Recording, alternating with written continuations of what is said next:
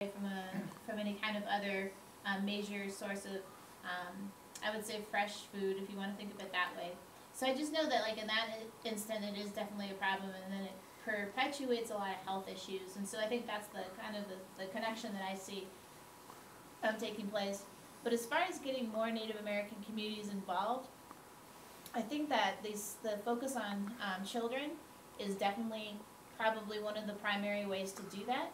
And then also through education, one thing that's coming out of this session that we're excited about is a new agency around early childhood education, and really going all the way to thinking about home visiting, serving all the way up to 3-year-olds and 4-year-olds into pre-K, and eventually getting to universal pre-K.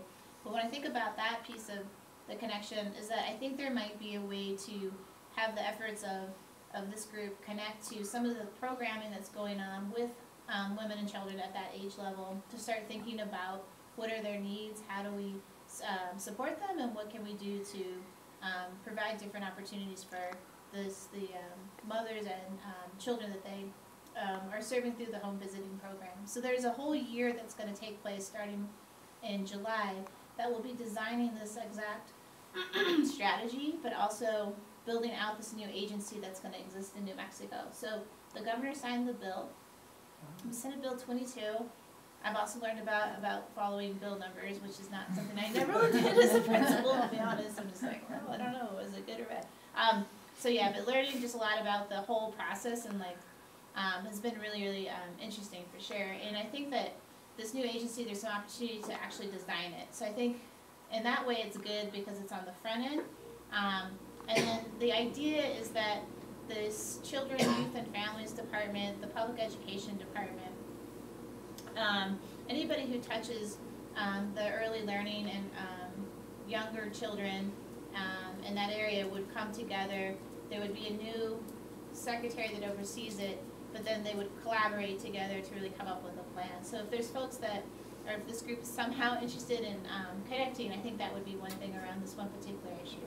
So, so that's something that I thought I'd share this morning. I can talk a lot about K-12 education as well, but I don't think that's necessarily as interesting this morning as it would be. But and as far as serving on the national board, when I talked with David, you know, he was really, really direct just about like trying to get more Native communities involved, which I can definitely do that. And then thinking about, you know, future projects. They did come to visit New Mexico, I think it was 2 years ago or 3 years ago, and did a visit to the Four Corners area and looked at like the impact of the environment on health as well. And so did a little bit of documentation about that. So that was interesting.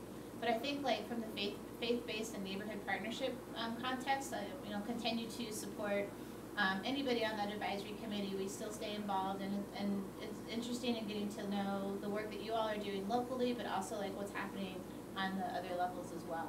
I will probably be more connected and involved than I am right now today. In July and June, they have another meeting coming up, so I'll have the ability to take anything back to them that you guys want to see as an initiative, or feedback for the larger group, or any ideas locally that we can share, even at the state level. Happy to do that for sure too.